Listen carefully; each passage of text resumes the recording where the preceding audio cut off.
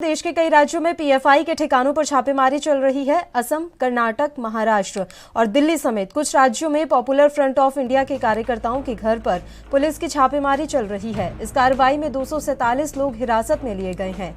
उत्तर प्रदेश में 44 लोगों को हिरासत में लिया गया है। कर्नाटक में 72 लोगों को, असम में 20 लोगों को, दिल्ली में 32 को, महाराष्ट्र में 43 को, गुजरात में 15 और एमपी में 21 लोगों को हिरासत में लिया गया है। वहीं पीएफआई पर यह कार्रवाई जारी है। हिरासत में लिए गए लोगों की तादाद और बढ़ने की संभावना है। आपको बता दें कि पीएफआई पर दिल्ली में भी पुलिस की कार्रवाई हुई है। पूरी दिल्ली से अब तक 32 लोग गिरफ्तार हुए। दिल्ली के कई इलाकों में धरने प्रदर्शन पर रोक लगी है।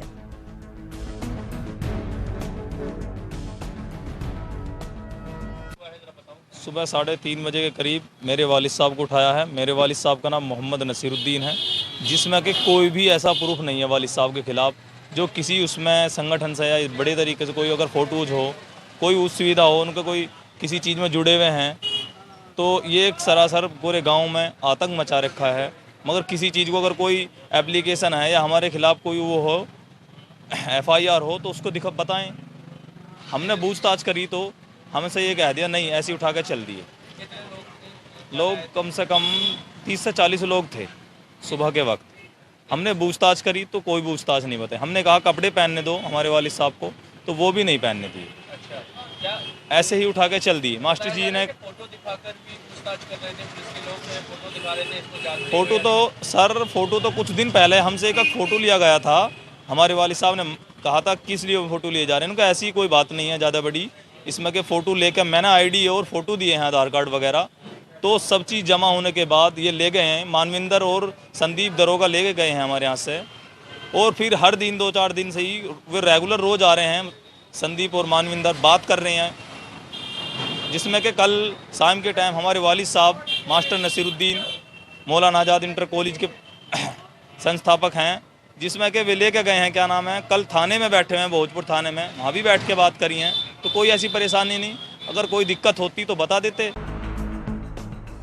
तो देश के कई राज्यों में पीएफआई के ठिकानों पर छापेमारी चल रही है। असम, कर्नाटक, महाराष्ट्र और दिल्ली समेत कुछ राज्यों में पॉपुलर फ्रंट ऑफ इंडिया के कार्यकर्ताओं के घर पर पुलिस की छापेमारी चल रही है। इस कार्रवाई में 247 लोग हिरासत में लिए गए हैं।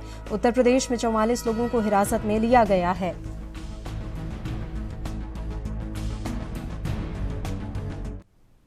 और इस खबर पर तमाम जानकारी देने के लिए मुंबई से हमारे संवाददाता सत्यप्रकाश सोनी लाइव जुड़े हुए हैं। सत्यप्रकाश, जानकारी आपसे चाहेंगे। महाराष्ट्र में भी पीएफआई के कार्यकर्ताओं को हिरासत में लिया गया है।